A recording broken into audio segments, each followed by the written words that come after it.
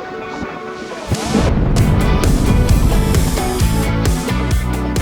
right, my 5 minutes begins now. All right, I'm going to talk about session 0. This is our first contact. I'm going to talk about mentorship. What is session 0? Session 0 is my first meeting with my mentee. The goal of session 0 is to set expectations and to build trust. Expectations are very, very important. Building trust is very, very important. So the first thing that we do is, what are you looking to get out of this? And then you sit back and listen, and you try not to talk. Once you've listened and you've understood what they're looking to get out of you, I like to give some core advice that we start with that is going to shape everything else that we're going to talk about. First thing is, you have to own your decisions. Agency is the most important tool that you're ever going to wield, right? So the first thing I need you to do is to understand that no matter what advice anybody gives you, whatever knowledge anybody gives you, what you do with that is your choice. You have to look at yourself in the mirror at the end of the day and be okay with everything that you did. So that is the most important thing first. Second, I have a perspective, and that perspective is not unbiased. Hi, I'm a white guy. I look at the world one way. I have mostly mentored young women. They have a very different perspective than I do. That means that number one, any advice I give you, your mileage may vary. Number two, find more people to talk to than just me. They can give you other perspectives and other advice, some that's closer to you, some that's much farther away from you. Because looking at the world through those different lenses is going to give you the information you need to make good decisions. It also means neither of us is perfect. We're gonna mess up, and that's okay. When you mess up, people aren't gonna remember what the mess up was. They're gonna remember what you did about it, how you responded. It also means occasionally I'm gonna mess up.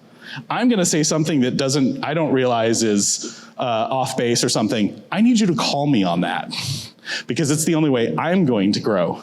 I usually tell most people that if you get offended by something that I say or you don't agree with something, let's have a conversation about it. If I don't do anything to make good on it, here's my boss's phone number, call and report me. That also means don't waste your time on people that don't try to meet you where you are. If I don't do anything to make it better when I do something off base, I am not worth your time. Find somebody else. And finally, my job as a mentor is to listen first, provide advice, connect you to resources, whether those are people, whether those are things to read, whether those are things to go and look, and to hold you accountable to what your goals are.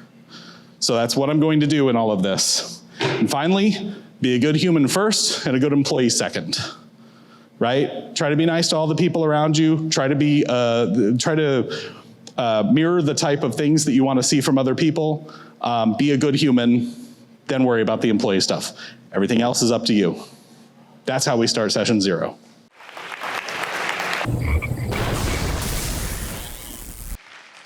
Let's roll. You've got a timer in front of you if you need it. Where's the timer? Oh, thank you. Center table, yeah. Okay. All right.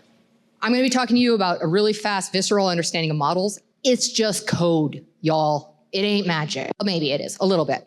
So a note from me. My name's Anna Eilering. I'm a senior developer relations engineer in the open source programs office at Google. I am not here right now talking to you as if I'm from Google. Nothing I'm saying here was vetted. Nothing I'm saying here is official. Nothing I'm saying here is secret. Nothing I'm saying here is specific, okay? This is general knowledge that is true for every single one. Please don't sue me. Why did I pitch this talk? If you haven't heard of the Shoggoth, it's this idea that models are these eldritch, scary, magical things that we cannot possibly comprehend, and we put a little happy face on them, and they're scary, and we're magic, and we don't understand them. But everybody in this room is a goddamn Python wizard. Everybody here can understand these things because under the hood, 99% of them, not all of them, like, okay, they might write to other languages eventually, but it's a lot of Python, y'all, and you can understand it. It's not magic. So if I can get you to come out of this talk just saying, it's not magic, I get it. I am the wizard. I control the Shoggoth. I will be so happy. If I can get you to just stop talking about them like magic, that would make my day. So the too long didn't read of this talk is that LLMs have a well-defined structure in code, and we can leverage it for fun and profit. You might have seen the top graph here as how you represent it, you can also just represent models like a list of lists, because that's how they're implemented under the hood. Who here has used a model, a flagship model? Like everybody. Who's run a local model? Right, right. What is a model? It's a binary blob. The model does nothing. It sits there. It's a bunch of really complicated math. This is a blobfish. They're one of my favorite fish. When you pull them out of the ocean, out of their scaffolding, out of their framework, they don't work like fish anymore. They look real sad. Models are the same way. The model is complicated and magic, and I would not sit up here and be like, oh, everybody here can understand. I don't understand the math, but I understand the scaffolding, the system, and the frameworks, and you can too. You can conceptualize any model like this. I have some kind of math object, right? That is my tokens that go into the system. I have a model. I get a list of layers. For every layer in my layer, I go into my next list. For every neuron in my layer, I do the math. That is literally, caveat, literally how these things work. You can go in and look at this code. It's not magic. It's just Python. Python is magic. Terry Pratchett has some great quotes about how magic is just something that somebody else doesn't know. But you can know this. Two caveats. It's not always Python. I love Python. If I want the most performant code, it might be something else. There are reasons why it might not be Python. You can run all the models with Python. And the other thing I'll say is conceptual, right? You're not gonna look at the code and see this, because we can do things a little faster, right? We could at least use a list comprehension. Why is this cool? It's just Python. Every neuron, when you look at this, every neuron is just a function. It's literally just a black box function that returns something non-deterministically. I don't know about y'all, but I use a lot of non-deterministic black box functions in my life, right? Models are no different.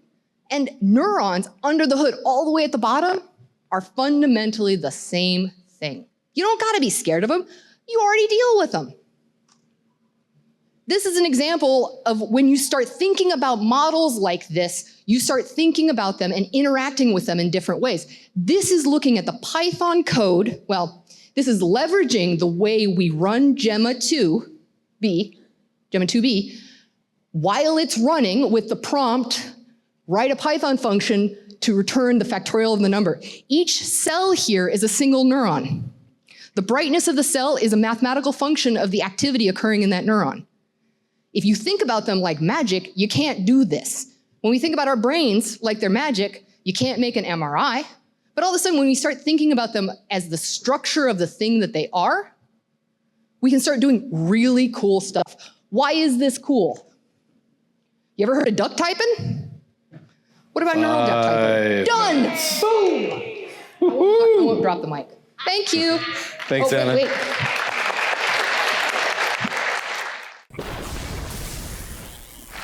Hi. Raise your hand if you've ever pushed a bug to production. Some of you are lying. This is a story I like to tell about my favorite ever bug I've pushed to production. And in order to tell this story, we're going to imagine that we are building a feature to help librarians manage books and book loans in honor of our event venue. So this is how we might set up our database models. Oh, I forgot something. I called this update for select because the bug I wrote updated 1,000 database records on a select query. That's where we're going here. So here is our database model, right? We have a book, we have a patron, and we have a book loan. These look like pretty standard fields to me. I'm not gonna spend much time getting into it, but this is PyTexas, so let's get to the Python part. When I wrote this bug, I was using Django. Love Django. Django's awesome, actually. But as you might know, if you've used Django before, you can use the ORM to model your database tables. That's what we have at the top here, if you remember from the entity relationship diagram on the previous slide. But we also have some Python at the bottom. right? We have, when our model columns end, right, book returned is a column, then we have book return, which is a function that you can use to return a book in the Django ORM. We've also got an isOverdue function. Very handy. Again, we're using Python, so we're going to use Django REST framework, and this is how we're going to build the API that enables our librarians to manage the books. Our librarians want to be able to see the books that are in the library and which ones are out on loan. So we give them a serializer behind an API that they can call on some front end that someone at the React Texas conference is going to build, not us. So we have a book serializer that serializes all of the list of all of the books in our library, and we have this book loan serializer. And if you've ever used Django and Django REST framework, once again, pretty standard stuff. I've even made sure to make the book loan serializer read-only fields, right? This is a read, a list API. We're doing some selecting. So where's the bug? We don't have time for you to read all this code and figure out the bug. This is not code review time. So I will jump ahead. The bug is here. There's the bug.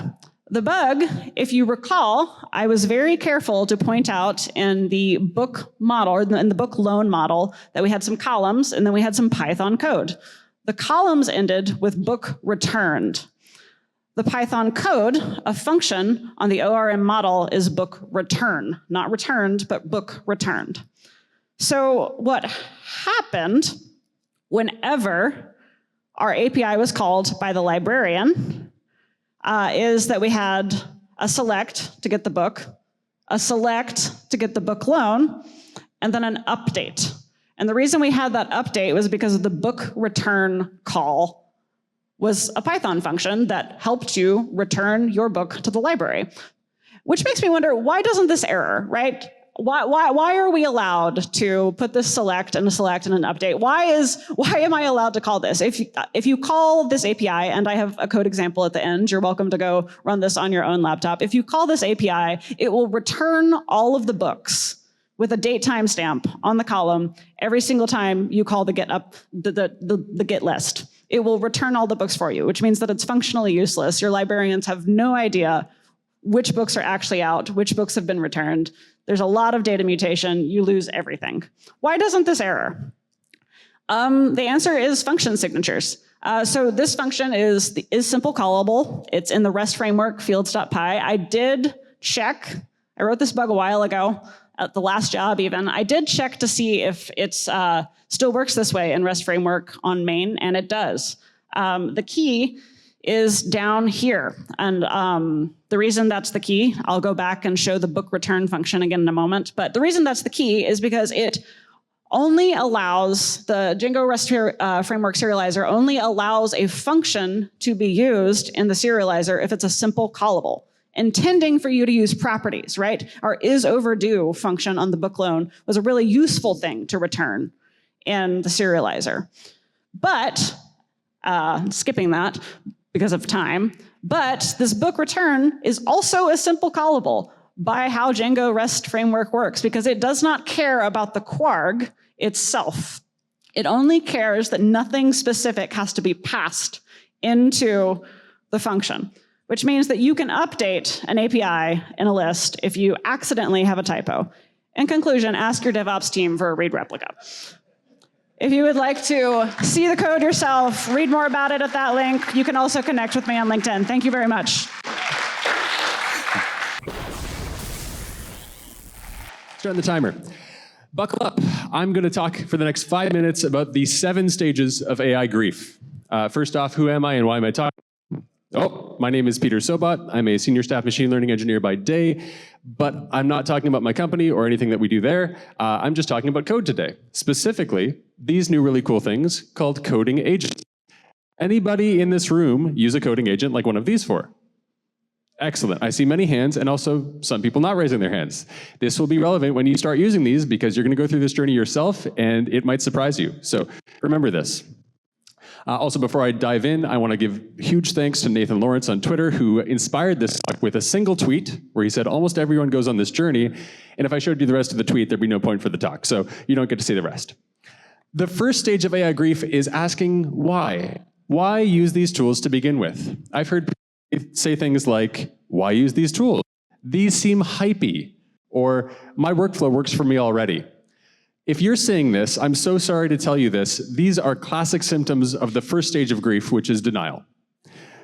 I don't blame you for feeling denial about this kind of thing, because if you use Cloud Code out of the box or any of these other agents out of the box, sometimes you will see things that don't make any sense. Like this, if you ask Cloud Code today, as of this morning, my car needs washing, but the car wash is 50 feet away. Should I walk or drive? It will say, just walk. It's 50 feet away. It's closer than most parking lots. And so you say, oh, these tools aren't ready for prime time. The hype is overblown. I'm not going to use them. And then your coworker might say something like, oh, did you try playing with the settings? You know, understand the tool that you're going to use. Maybe set the effort to something higher. Set the effort to extra high here. And then spend some more tokens to get the correct answer. And you do that. And now suddenly Claude says, drive. The car needs to end up at the car wash either way. Wow. Well, if Claude can make my car wash decisions for me, can Claude also make my code-based decisions for me? And then you give that a try. You move on to stage 3 of AI grief, and you go, oh, well, I asked for a useful little thing here. I want a dashboard that shows my team's availability based on their Google Calendar status. Well, it threw this together in about 2 minutes. And of course, you know, this can happen with almost any AI model, but I ran this, and out of the box, it worked. I put in an API key, and all of a sudden, I could see this really cool dashboard. And then I went kind of nuts with it. Stage 4, what about running a couple of these at the same time? Here are 3 separate Cloud codes running in 3 separate terminal tabs on my Mac.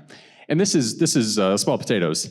You can do much more than this. You can really, really crank it up. But starting with a couple, so it's kind of manageable, really gives you a taste here. But after this, a lot of people want to automating themselves entirely. Here's some real code I've seen someone write. Claude, dangerously skip permissions. Use the Jira skill to fetch my open tickets. Take the first one and do it, and then push up a pull request with the make pull request skill. Make no mistake. You tell it to make no mistakes. And this actually works pretty well. I'm not even joking that much here. Many people that I know have tried this kind of thing, including myself. Because the next stage after this is, well, you feel some shame. Because you start to get pull request comments from your colleagues, coworkers, open source people, whoever, that say things like this. What's the motivation behind this change? I'm not sure I follow what we're trying to do and how this accomplishes the goal, which is polite, sometimes corporate speak for, yo, dude, what is this? Like, what happened to the level of quality you usually put out? What's going on? Why aren't you thinking through the task and instead just giving it to an agent? Which I'm totally susceptible to as well. And so the last stage of AI grief is to find a middle ground. This happens at the very end of the entire pattern here. You start to use Claude much more intently. You're not running 30 agents at the same time. Instead, you're working to make a plan first. You're going back and forth, talking to it about your code base, making decisions together. You're using tools like Cursor, which I'm a huge fan of, to dive into your code and make a plan for what's going to happen, and then approving every single line of code yourself, or every single chunk of code, so you can be sure that it meets your quality bar and does exactly what you want it to do. And so here's the journey we just went on. We started with, why would I use these tools? To, okay, there's some value there. There's more value there. Wow, okay. I'm going to use many, many more of these agents. And then we hit what I call AI psychosis in the middle, where you really go nuts with it. You start automating your entire job with this, and you do way too much. And then you fall into the pit of AI shame. This is when you're embarrassed by what you've just done. And then you learn from the experience, and you end up in a nice plateau of AI productivity. So if I can leave you with one thought at the end of this, let agents write your code. They're great at it. Just don't let them decide what to write for you. This is very, very important. And with that, that's the 7 stages of AI grief. Thank you, PyTexas.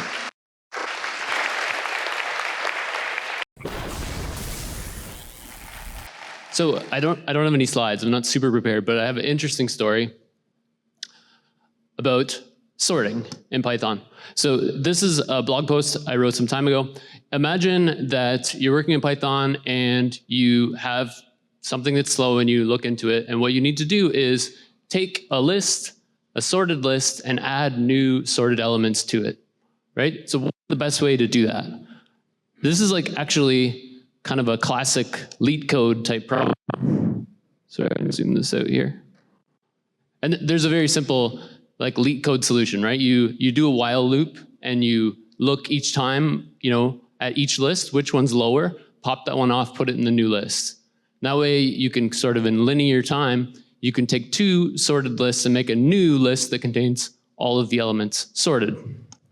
So I had this problem and I needed to solve it. And there is a method that does this in Python. It's this heap q.merge. But if you do this and you compare doing that with the list to just taking those two lists, adding them together and resorting it, the resort is actually faster, which doesn't make any sense, right? Sorting is like n log n, if you remember all this interview prep, like big O notation stuff. Sorting should be a lot more work, but it's actually faster. The reason for that is timsort, right? So timsort was the sort created by Tim Peters, who's involved in, creating a lot of early stuff. Hello? And it has some very clever adaptive strategies very well with sorted data. But here we are, we're not sorting a list, we're taking two sorted lists and adding them back together. So I thought maybe there's another reason why this is faster. And I started to look into the implementations, and if you says okay, I see take my algorithm out here, right? Important to see. This was several years ago. So look, I had to write this like a caveman. Manually, by hand. C, I don't know, this is the first time I've written C outside of university, but I wrote a C version of this algorithm, right? We're just looping through and checking which element is faster, popping it off and getting a new sorted list. And then I had to learn how you can build a Python module that's actually written in C. And at the end, I ended up with this merge method where you can take two sorted things and merge them and get a new sorted list. And so then I can use my nice matplotlib and I can graph these and I can compare it to timsort, and I beat it, which was pretty exciting for me. Because timsort is amazing and it's been ported from Python to many other languages, but in this one specific case, I beat it. And so I wrote this blog post that's called Beating Timsort, and it started taking off online, and it showed up on Hacker News, and then at the top, Tim Peters appeared. He created a new Hacker News account, and he told me, this is pretty cool, but here's 7 ways you can make it faster. And he linked to his original code and all the specializations it has. And if I had time for a full talk, I would explain some of the really cool tricks that timsort uses. But for purposes of this talk, the coolest thing that happened was I said, that's awesome, I'm gonna do that, and I'll call it timmerge. And he said, nope, you should call that atommerge. That's it.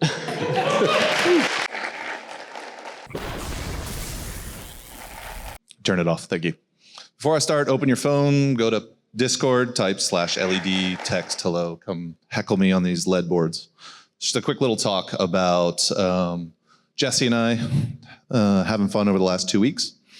So we built a couple of Discord-controlled lead matrix panels in the last 8 days.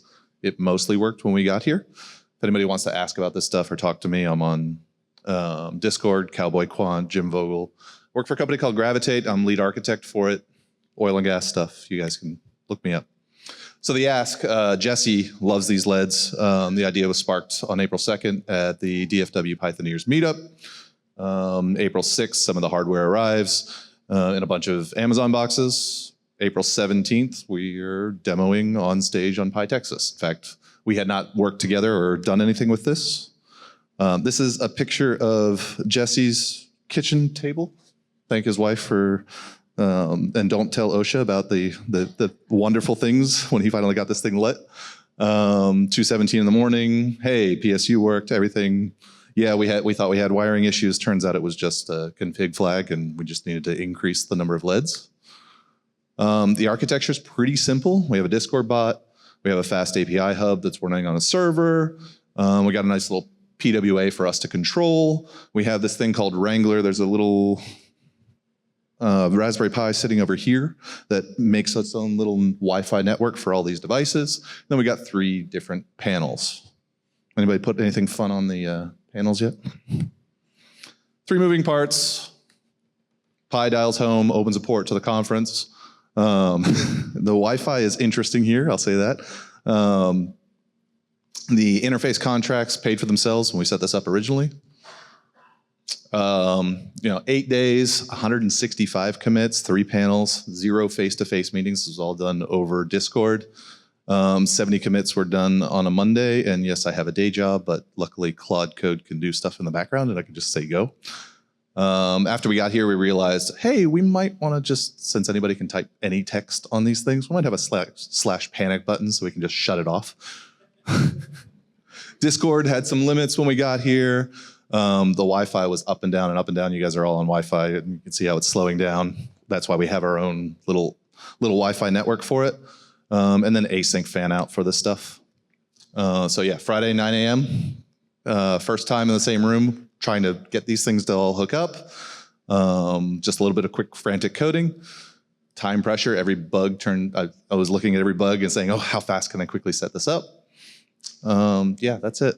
PyTexas, Discord, /led text, type anything. You guys want to see the source code? That's it, it's all open source. And thanks Jesse, as well as Mason and Kevin for giving us actually access to, trusting me with access to the PyTexas Discord. So that's it.